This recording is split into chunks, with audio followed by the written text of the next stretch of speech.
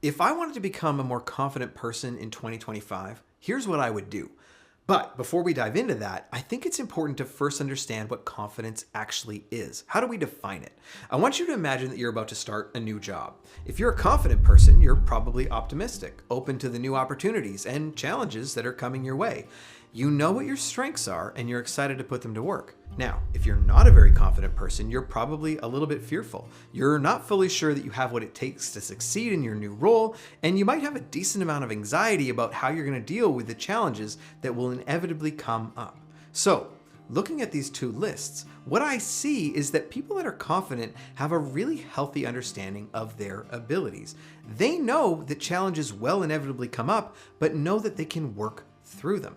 So confidence is really a belief and trust in ourselves, a belief and trust to face challenges head on, learn from our mistakes, and pursue our goals. Now, this doesn't mean that there won't be doubt and fear at times. You're certainly not going to magically become confident overnight, but I'm hoping that this video can give you some practical steps that can help you to grow into a more confident person this year. Okay, what the heck do frogs have to do with building confidence? This concept comes from the book Win the Day by Mark Batterson, and it's all about starting your day with a win. Why? Because wins create momentum, and momentum builds confidence. How does a confident person approach their morning? What time do they wake up? What do they eat for breakfast? How are they dressed? What do they listen to as they go to work or on their way to school? Now, I get it. You might be thinking, how does any of this relate to confidence? So let me give you an example from my own life. One of the biggest changes I've made this past year was committing to go to the gym 3 mornings a week. Physically, I haven't felt this good in years, but do you want to know what the biggest impact has been? I'm starting my day with a win.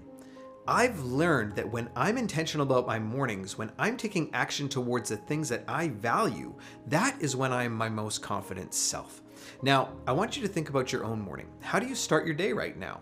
Do you start your day scrolling social media, checking your email, or maybe you read a really good book or spend some time in your Bible? Are you eating a donut for breakfast, or are you eating something healthy?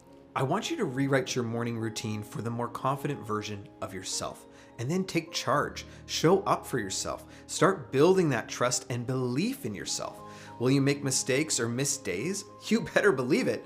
But what Mark Batterson says in his book is that winning the day isn't about getting it right the first time. It's about getting it right eventually.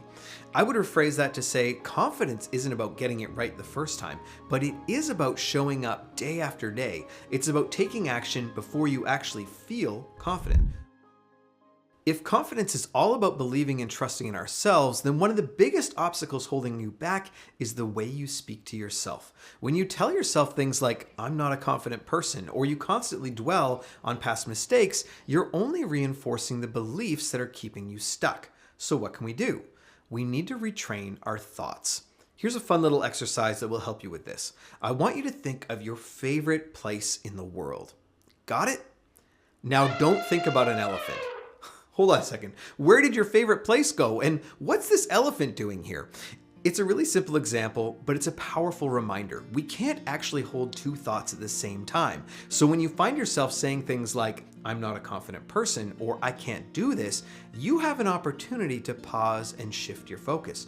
You can change the soundtrack in your mind.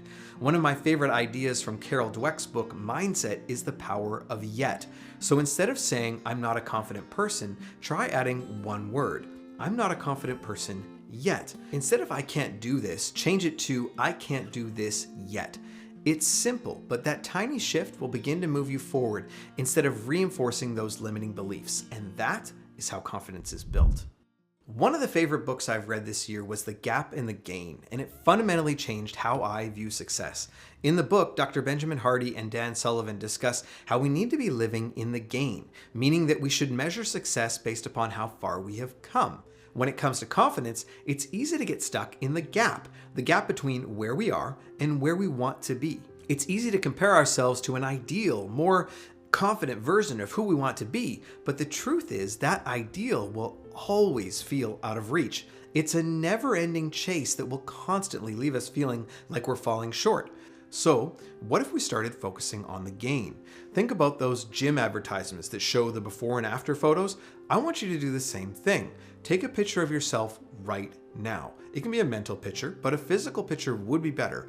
Write down how you would rate your confidence right now out of 10. Then, going forward, I want you to start writing down your wins each and every day. And in 6 months, you'll be amazed at the progress you've made as you focus on the wins, the gains in your life. Now, what we discussed in this video are some positive steps that can help you to start building confidence. But what about the habits that might be secretly holding you back? Check out this video where I discuss 6 destructive habits that are secretly destroying your confidence. I'll see you there.